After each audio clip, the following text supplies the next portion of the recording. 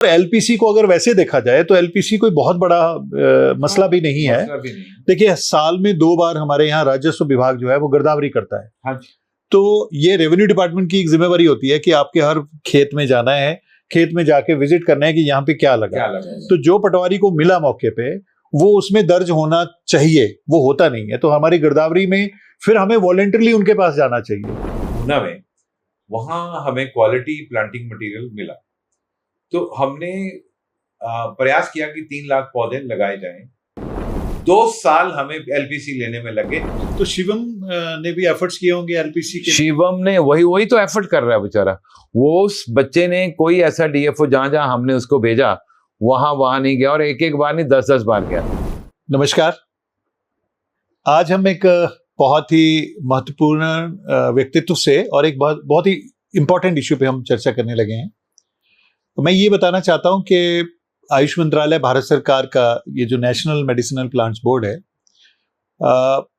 Board ने लगभग पिछले 25 वर्षों में 140 के आसपास पौधों के संरक्षण संवर्धन का कार्य शुरू किया, जिसमें नेशनल आयुष मिशन के अंतर्गत करीब 400 करोड़ रुपए का खर्चा हुआ, जिसमें औषधीय पौधों की खेती को बढ़ावा दिया गया। 2017 में जब इसके क्षेत्रीय केंद्र खुले, जो रीजनल सेंटर खुले, उसमें हमने ऊना से सरपगंधा की खेती के कार्य को शुरू किया, जिसमें सबसे पहला चुनौती का काम यह था कि पौध यानी नर्सरी को तैयार किया जाए। तो सबसे पहले बड़े स्तर पे सरपगंधा की पौध बनाई गई, तैयार की गई। सबसे बड़ा उद्देश्य यह भी था कि अच्छी किस्म का जो सरपगंधा है, जिसमें SR1 वैरायटी थी, पंजाब सहित, हिमाचल सहित लगभग 50 एकड़ एरिया में सरपगंधा की खेती की शुरुआत हुई। मुझे बड़ी खुशी है ये बताते हुए कि हमारे तो प्रयास अलग अलग जगह चलते रहे हैं, लेकिन जैसे रीजनल सेंटर जो RCFCs हैं, वो सिंगल स्टॉप सोल्यूशन है हर तरह से मेडिसिनल प्लांट्स की सप्लाई चेन पे काम करने के लिए, और ये मल्टी स्टेक होल्डर अप्रोच के साथ काम करते हैं। यानी किसान भी इंपॉर्टेंट है, किसान के साथ साथ इंडस्ट्री इंपॉर्टेंट है, एकेडमिक इंस्टीट्यूशंस इंपॉर्टेंट है।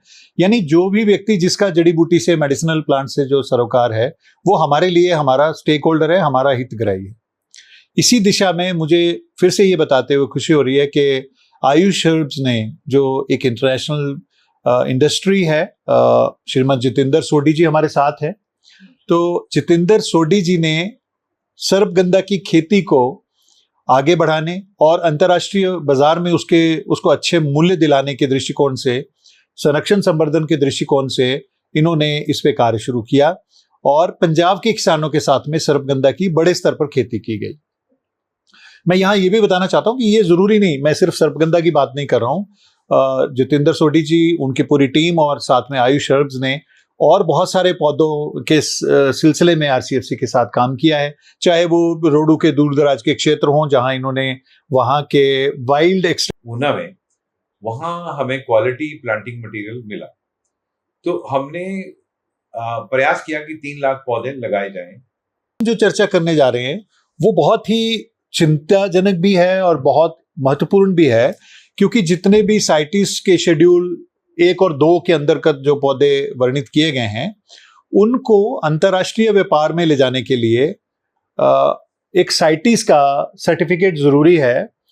साइटिस के सर्टिफिकेट को बनाने के लिए LPC लगता है, जिसे हम लीगल प्रोक्योरमेंट सर्टिफिकेट कहते हैं। अब LPC एक तो बनता है जहां पे उसकी खेती हुई है, वहां रेवेन्यू डिपार्टमेंट भी इन्वॉल्व है, फॉरेस्ट डिपार्टमेंट भी शामिल होता है। वो मिल करके, क्योंकि एडवांस में हमें बताना पड़ता है फॉरेस्ट डिपार्टमेंट को कि हम ये खेती शुरू करने लगे हैं, हमें वहां से अनुमति आती है। उसके बाद में दूसरे स्टेप पे, जिसमें आयुष हर्ब्स इन्वॉल्व हुआ है, और गाय बगाए में सोडी साहब की नाराजगी भी रही है कि भाई मेरे इस समस्या पे आपने कभी कार्य नहीं किया। हालांकि प्रयास हम अलग अलग स्तर पे करते रहे, लेकिन जब इन्होंने सरपगंधा का एक्सट्रैक्ट बनाने का काम, प्रोसेसिंग का काम शुरू किया, तो ये समझ में आया कि प्रोसेसिंग फैसिलिटी के पास भी LPC होना चाहिए। अब बातें बहुत छोटी छोटी हैं, लेकिन ये तभी समझ में आती हैं जब आप उन पे काम करने लगते हो, डील करने लगते हो। तो आज हम सोडी साहब से ये बात करेंगे कि ये पिछले 2-2.5 साल की जो जर्नी रही है, इसमें आप क्या चुनौतियां फेस की हैं, आपने किस तरह से समझते हैं, और आप हमारा थोड़ा मार्गदर्शन करिए कि हमें किस दिशा में भविष्य में काम करना चाहिए। पहले तो आप थोड़ा सा ब्रीफ ये बताइए कि ये LPC के मसले में हुआ क्या इस सारी यात्रा के अंदर, किस तरह से हुआ ये सारा? नमस्कार डॉक्टर साहब, नमस्कार श्रोताओं। जितेंद्र सोडी आयुष प्राइवेट लिमिटेड, नगरोटा। हम लोगों का वॉल्फिया सर्पेंटिना सर्पगंधा की कल्टीवेशन के ऊपर काफी देर से हम लोग काम कर रहे थे, और जैसे ही हमें डॉक्टर साहब ने बताया कि इन्होंने एक नर्सरी तैयार करी ऊना में, वहां हमें क्वालिटी प्लांटिंग मटेरियल मिला। तो हमने प्रयास किया कि 3 लाख पौधे लगाए जाएं और उसकी एक आउटकम देखी जाए, जो लगभग 2 एकड़ में लगी थी। तो प्रेरित किया फार्मर्स को कि आप हमारे लिए करो, और जो कुछ भी कंडीशन होगी, जो भी लगेगा आएगा, वो हम लोग बाय करेंगे। और साथ में उनको बताया कि इसको रेवेन्यू और फॉरेस्ट के साथ में आपको इंटीमेट करते रहना पड़ेगा। फॉरेस्ट वालों को भी लाके दिखाओ, जो लोकल गार्ड होता है, कि आप एक एंडेंजर्ड स्पीसीज को कल्टीवेट कर रहे हो, कल को इसका लीगल प्रोक्योरमेंट सर्टिफिकेट बनेगा। तो जैसे क्रॉप बन हो गई थी यार, और ये रेवेन्यू में रिकॉर्ड में भी चढ़ा वो उनके कि ये कल्टीवेशन जो हो रही है इस फार्मर के यहाँ पे इस एरिया में हो रही है। सारे रिकॉर्ड बनाने के बाद जब हम लोगों को एलपीसी की जरूरत पड़ी डॉक्टर साहब, तो अब जब फॉरेस्ट के पास जा रहे थे, फॉरेस्ट डिपार्टमेंट के पास जा रहे थे, वो कहते ये हमारे परव्यू में ही नहीं है, ये फॉरेस्ट की प्रोड्यूस ही नहीं है, हम नहीं देंगे आपको लीगल प्रोक्योरमेंट सर्टिफिकेट जी। तो हमने कहा फिर कौन बनाएगा इसका legal procurement certificate, because requirement यही कि फॉरेस्ट विल इशू। तो रेवेन्यू के पास गए, रेवेन्यू के बाद में फॉरेस्ट के पास, दोबारा फॉरेस्ट डीएफओ के पास गए, कहीं भी हमें कोई रास्ता दिखाई नहीं दे रहा था। आपके साथ कई बार चर्चा हुई क्या करना चाहिए, फिर हार के हम लोगों ने चंडीगढ़ में फॉरेस्ट के जो चीफ हैं उनसे बातचीत करी, तो उनको भी रादर कंप्लीट आइडिया नहीं था कि एंडेंजर्ड स्पीसीज का एलपीसी क्या होता है, एलपीसी कहाँ से बनता है, कैसे होता है। खैर थोड़ा सा हम लोगों ने किया एजुकेट, डॉक्टर साहब ने, doctor Arun Chandra ji national medicine plant board के डायरेक्टर नॉर्थ इंडिया, इन्होंने किया कि भाई इसका लीगल प्रोक्योरमेंट सर्टिफिकेट बनेगा। एक फार्मर को एक सर्टिफिकेट चाहिए कि भाई उसने इसको कल्टीवेट करा, हालांकि फॉरेस्ट प्रोड्यूस नहीं है, बट उसने कल्टीवेट करा है, इसका एक सर्टिफिकेट चाहिए, जो कि लीगल प्रोक्योरमेंट सर्टिफिकेट बन गया।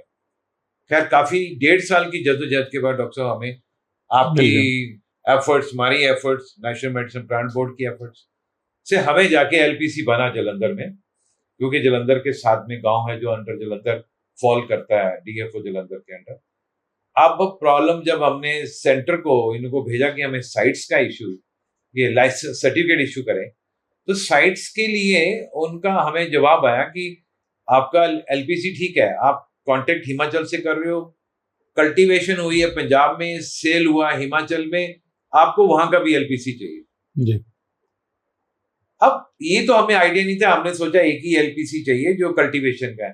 प्रोसेसिंग की हमारे पास लाइसेंस है, we are registered company since last 34 years now. तो हमें तो हमारे पास तो सब कोई बाकी था, तो हमें कभी आइडिया तक भी नहीं था कि प्रोसेसिंग के लिए भी हम लोगों को एलपीसी लेना पड़ेगा, जो कि अब एक जब दिल्ली से हमें रिटर्न कॉल आई, ईमेल्स आई कि आपको वहां से एलपीसी ले and then file your application for साइटेज सर्टिफिकेट। अब उस मध्य में हम जब हिमाचल में कांटेक्ट कर रहे हैं, I am sorry to say but this is truth, chief conservator forest की प्रिंसिपल चीफ कंजर्वेटर फॉरेस्ट में we have written several letters, we have contacted Dharamshala DFO, we they were supporting some, थोड़ा बहुत उनकी support थी कि हम नहीं करेंगे, ये करेंगे, लेकिन no further since I think 2 महीने से ऊपर हो गए हमें, अब आज तक किसी ने भी कोई हमें प्रॉपर जवाब दिया नहीं। और एक मेरा ये सजेशन है डॉक्टर साहब कि अगर हमने एंडेंजर्ड स्पीसीज उगाने हैं, इस संपदा को संभाल के रखना है जो कि ऑलमोस्ट एलिमिनेट हो रही है। 29 ऐसे आपके एंडेंजर्ड स्पीसीज हैं जिनके ऊपर आप भी काम कर रहे हैं, हम भी काम कर रहे हैं, और इंडस्ट्री को चाहिए, लोगों को चाहिए। सबसे बड़ी बात है कि लोगों की हीलिंग, जो देयर हेल्थ इश्यूज हैं, उसके लिए बहुत इंपॉर्टेंट है। तो वो कल्टीवेशन में जो फार्मर्स अपना पूंजी लगा के कल्टीवेट कर रहे हैं और उसको प्रोड्यूस को क्रिएट कर रहे हैं, उसके बाद में वो हाथ पे हाथ रख के बैठा हुआ है। 2 साल हो गए जी, वो तो रो रहा था, मैंने कहा आप हमें क्रॉप भेज दीजिए, जो आपकी बिलिंग है हमें करिए, हमने उनको पेमेंट कर दी। 2 साल हमें एलपीसी लेने में लगे क्रॉप को निकालने के बाद। तो उस आदमी की करीबन 1.5 साल के बाद ये हमने हार्वेस्टिंग करी थी। तो आप इमेजिन करें 3.5 to 4 years इन्वेस्टमेंट होगी, उस बंदे को क्या मिला? ऐसे तो कोई फार्मर आगे नहीं आएगा, nobody is going to cultivate. हमें इस प्रोसेस को बहुत सिंपल बनाना चाहिए। जिस एरिया में कल्टीवेशन हो रही है वहां के फार्मर की बेसिक रिक्वायरमेंट है कि वो जाके डिपार्टमेंट को इन्फॉर्म करे। डिपार्टमेंट आपका एग्रीकल्चर, पंजाब भी इसमें एग्रीकल्चर डिपार्टमेंट इन्वॉल्व हुआ कि हम आपको सर्टिफिकेट देते हैं, लेकिन कुछ आगे नहीं बना। तो मेरा ख्याल है द बेस्ट वे इज कि जैसे ही इसकी कल्टीवेशन होती है उस एरिया की under national medicine plant board copy जाके उनका एक सर्टिफिकेट लग जाए कि वाकई ही ये उनके एक सोर्स है, इनकी एक प्रोसाइज की हुआ फार्मर है जो कि इस कल्टीवेशन को कर रहा है। That will become one legal document कि they are being promoted by national medicine plant board, और लोग जो हैं उसको एक मानेंगे कि उनके पीछे कोई है। Then the local forest department which is required to give us LPC should understand the norms. All forest produce are not under their purview. Even the cultivated, these kind of medicinal plants are under their purview, and they should issue the license. अभी हुआ है तो I think in future में होता ही रहेगा, लेकिन एक example create हुई है, पर रेस्ट ऑफ द एरिया में लोगों को नहीं पता। हम पूछें एलपीसी और साइट्स, तो most of the forest department doesn't even know LPC क्या होता है, साइट्स क्या होता है। मेरे ख्याल में इस तरफ उनकी एक एजुकेशन, उनकी एक ट्रेनिंग होनी चाहिए कि भाई तभी एंडेंजर्ड स्पीसीज को फार्मर उस लेवल पे ले जा सकेगा जिस लेवल पे उसकी रिक्वायरमेंट नेशनल और इंटरनेशनल लेवल पे है। तो they have to make it very simplified way to issue the site certificate. जी जी, बिल्कुल सही कहा आपने।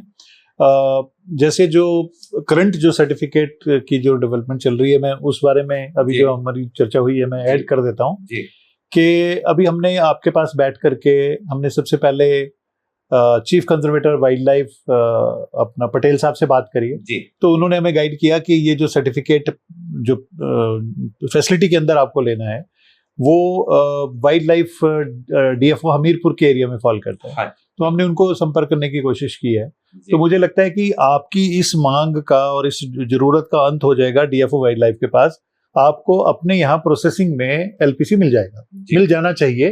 इसके बाद हमने पीसीसीएफ के ऑफिस में भी बात करी है, शिमला वाइल्ड लाइफ में भी बात करी है।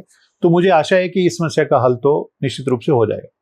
मैं यहाँ ये बताना चाहता हूँ कि जो सरपगंधा की जो क्रॉप है, जैसे आपने कहा ये 2 साल की फसल है और हम इसको बार बार इसलिए बोलते हैं, गर्म इलाके का ये पौधा है। किसान के लिए ये गेहूं और वीट की तुलना में दुगना तिगना रिटर्न देने वाला प्लांट है। Very right, very right. इस समय में जो हमारी खारीबावली की और या मजीठ मंडी का रेट है इसकी ड्राई रूट का, वो लगभग 1000-1100 रुपए से ज्यादा नहीं जाता है। हाँ जी। एक्सपोर्ट पोटेंशियल देखें तो 5 से 6 गुना इसका प्राइस हो जाता है। तो कुल मिला के देखा जाए तो पर एकरेज में ये रिटर्न एकदम से किसान के लिए अच्छा है। और इसी दौरान इसका साल में 2 बार इसका बीज भी निकल आता है। बीज की कॉस्ट भी इसमें 4500 से लेके 7000 रुपए तक है। 1 एकड़ में 2 से 3 किलो बीज वो भी निकल आता है, इससे भी ज्यादा निकल जाता है, ज्यादा निकल जाता है, प्लांट्स खूब आते हैं।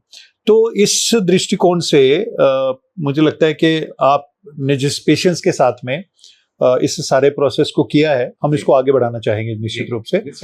और 2 चीजें मैं यहाँ और क्लियर करता हूँ। ये साइटीज का नाम छोटी साहब ने लिया और साइटीज की बात बार बार हो रही है। CITES, ये साइटीज करके ये जो एजेंसी है ये IUCN की संस्था है। IUCN के साथ में एक संस्था है जो ट्रैफिक के नाम से जुड़ी हुई है, जो वाइल्ड लाइफ के प्रोडक्ट्स और इस तरह से जो हाई वैल्यू प्लांट्स हैं उनको कंट्रोल करता है, उनके इंटरनेशनल इलीगल ट्रेड को कंट्रोल करता है। तो एलपीसी की जो रिक्वायरमेंट बनाई गई है वो इलीगल ट्रेड को कंट्रोल करने के लिए बनाई गई है। क्योंकि क्या करते हैं कि लोग जंगल से निकालते हैं और उस पे एलपीसी लेने की कोशिश करते हैं और उसको अंतरराष्ट्रीय मार्केट में बेचने की कोशिश करते हैं। तो सरकार का जो सोच है वो ये है कि to control illegal trade of wild species, तो इसलिए कल्टीवेशन में जाना जरूरी है। और एलपीसी को अगर वैसे देखा जाए तो एलपीसी कोई बहुत बड़ा मसला भी नहीं है। देखिए, साल में 2 बार हमारे यहाँ राजस्व विभाग जो है वो गिरदावरी करता है। तो ये रेवेन्यू डिपार्टमेंट की एक जिम्मेवारी होती है कि आपके हर खेत में जाना है, खेत में जाके विजिट करना है कि यहाँ पे क्या लगा।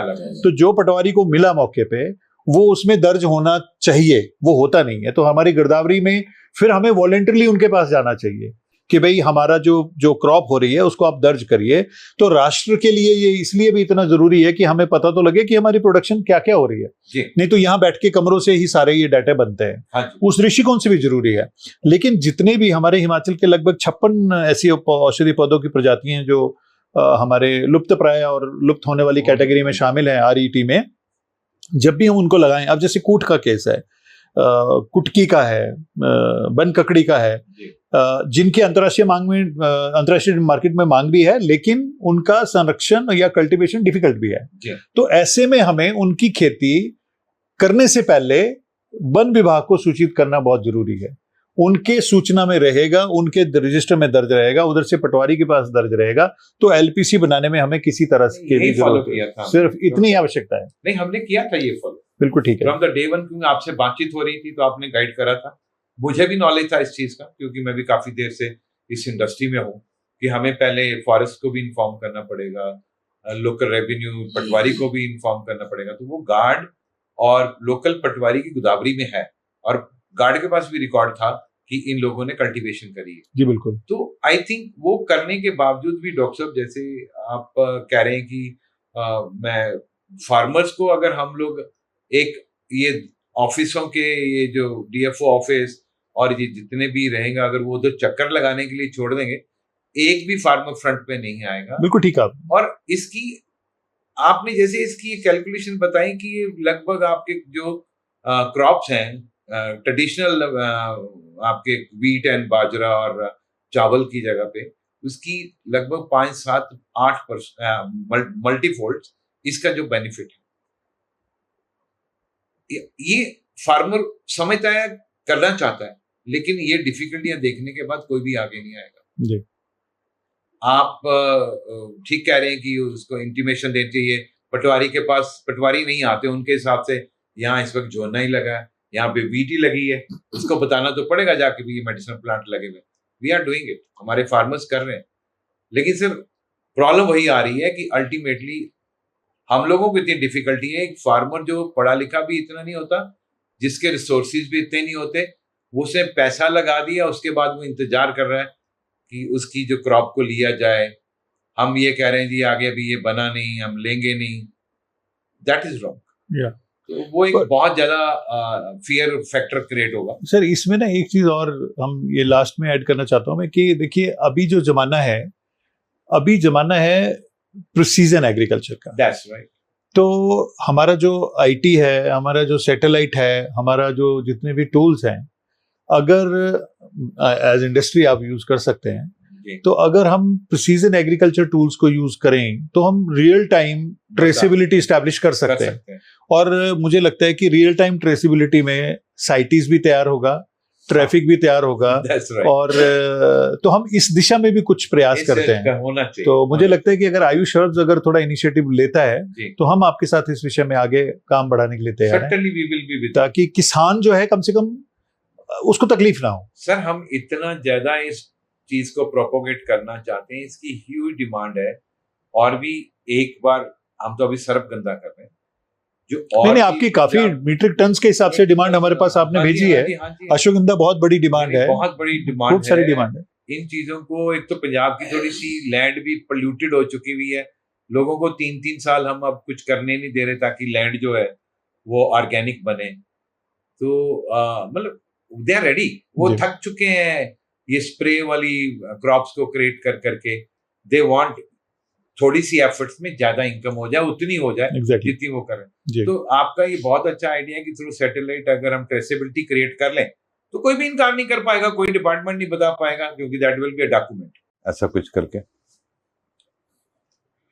सोडी साहब, एक जो आपने जिक्र किया कि पंजाब में जो खेती हुई जिसका LPC बना है, इसमें थोड़ा बताएंगे कौन सा एरिया था पंजाब का? जैसे अभी अपने जलंधर डिस्ट्रिक्ट का जिक्र किया, कौन सा एरिया था और कितने किसान थे, किसके नेतृत्व में सब ये हुआ वहां पर? डॉक्टर साहब, पंजाब में एक फिलौर DFO के अंतर्गत एक जगह आती बिलगा गांव, which is the largest village in Punjab. Bilga B से BILGA। वहां पे जो एक काफी बड़े व्यापारी हैं जो आड़त का काम करते हैं, संजीव सोनी जी, उनका बेटे हैं मिस्टर शिवम सोनी, जिनके पास लगभग 500-600 फार्मर है जो उनके साथ में ट्रेड करते हैं, वीट का और झोने का, चावल का ट्रेड करते हैं। तो उनका मैंने उनसे परस्यू किया, उनसे इनिशिएटिव किया मैंने कि आप अपने फार्मर्स, और खुद उनकी अपनी भी लैंड है, कि वहां पे आप इसको कल्टीवेट करो। उनको पहले तो हम लोगों ने सारे इकोनॉमिक्स बताए कि क्या होगा, कितनी लैंड में कितनी, या मतलब किसी को मुख्य धारा से कन्विंस करने के लिए आपको पता है कितना ज्यादा करना। उन्होंने आगे फार्मर्स को करा। फार्मर्स आर रेडी, जो बहुत सारे फार्मर्स अभी रेडी हैं और इस बार भी पूछ रहे थे क्या हमें लगाना है, तो हमने कहा वेट कर लो भाई, ये बरसात में लगेगा तब हम लगवाते हैं, अभी इनकार नहीं करा। तो आप देखें कितने मास में ये हम कल्टीवेशन सिर्फ एक गांव में ही कर सकते हैं। तो ये संजीव सोनी जी और उनके बेटे शिवम सोनी जी, इन्होंने मिलके कुछ फार्मर्स के साथ में अभी स्टार्ट किया और खुद अपनी लैंड में किया। तो शिवम ने भी एफर्ट्स किए होंगे एलपीसी के? शिवम ने वही तो एफर्ट कर रहा है बेचारा। वो उस बच्चे ने कोई ऐसा डीएफओ जहां हमने उसको भेजा वहां नहीं गया, और एक बार नहीं 10-10 बार गया। कई बार तो हफ्ते बाद बेचारे को अपॉइंटमेंट मिलती थी मिलने के लिए।